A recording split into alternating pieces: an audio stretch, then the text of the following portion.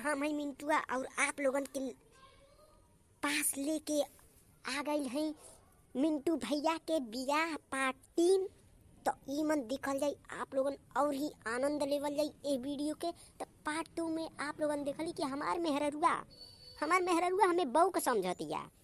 मने बताओ जा, ऐसे हमसे प्यार ना रह दूसर की लड़की से तो ऐसे थोड़ी ना हमसे पैसा खर्च करे कहता है।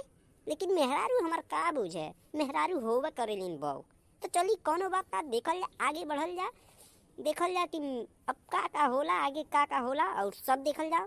चली और आगे आनंद लेवल जाता तो बढ़ल जाता अगला पार्ट की ओर। तब बुझ जन रहलियो ना हमरा से जन प्यार करती रहलियो, वो हमरा से इतना बेइंतहा प्यार करी कि इतना पैसा खर्च करवावी, इतना पैसा सब जितना मतलब होखे सब के पैसा हम वहीं से मांगे। यही से पता चले लनू कि हमरा से कितना प्यार करत रहे हैं। एक बार तो बुझल जी वो हमरा से कहलस कि अपन हम जान दे दे जान लो तोहरा खातिर, बस एक बार हमके 1.5 लाख के एप्पल के मोबाइल खरीद के दे दो। तो हमार माथा खराब हो गई कि कलयुग में आई हो दादा, ऐसा लड़की कहाँ से आ गई कि हमरा से इतना नु प्यार करतिया।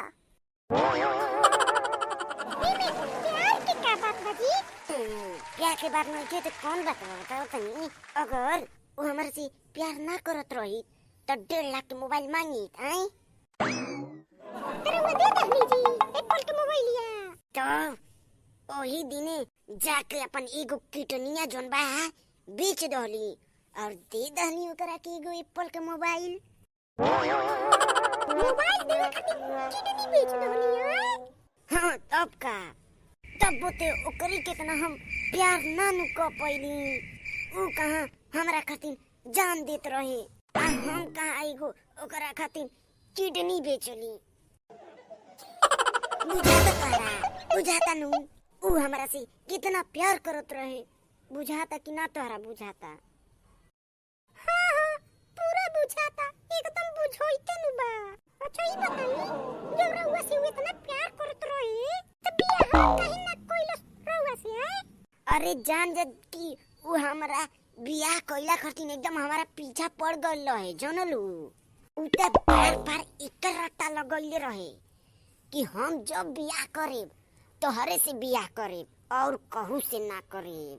लेकिन जब तोहार सरकारी नौकरी लाग जाई तब तब का होई? न हमार सरकारी नौकरी लगल न हमारा से बियाह कइलस। तो जाके वो अपना मौसी के भाभी के लड़की के देवर से बियाह कर लेलक। उहे जोन केकवा खात रहे 1 नंबर पे। लेकिन हाँ शादी में सबहर आज्ञा दहले रहली ह, पूरा घर भर गई रहनी सुन, खाई ठूस ठूस के खोइले रहनी सुन। फिर इतने से ना बात खत्म भई, फिर वो हमारा लगे फोन कइलस। अब फोन करा के जब हमरा के बोलौलस तो कहतिया हइल 3 डिब्बा नाश्ता दे दहलस। आ नाश्ता लेके हम चली आइली। ए भाई फिर बियाह खत्म हो गई, अब का कर सकते बताई रहुए लोनी। जाए दी 3 डिब्बा हमरा के नाश्ता मिलल नु। फिर क्या हम लेके आइली नाश्ता, एक गो रसगुल्ला रहे, मिठाई रहे, नमकीन रहे, खूब खइली चाप के।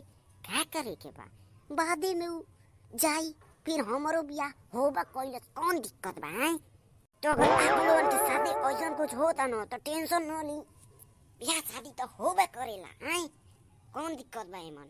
तो अगर चैनल पे नया बटी तो जाके चैनल फटाक दे सब्सक्राइब कर दी, आ बगली में बेल आइकन होई ओकरा के दाब देबे।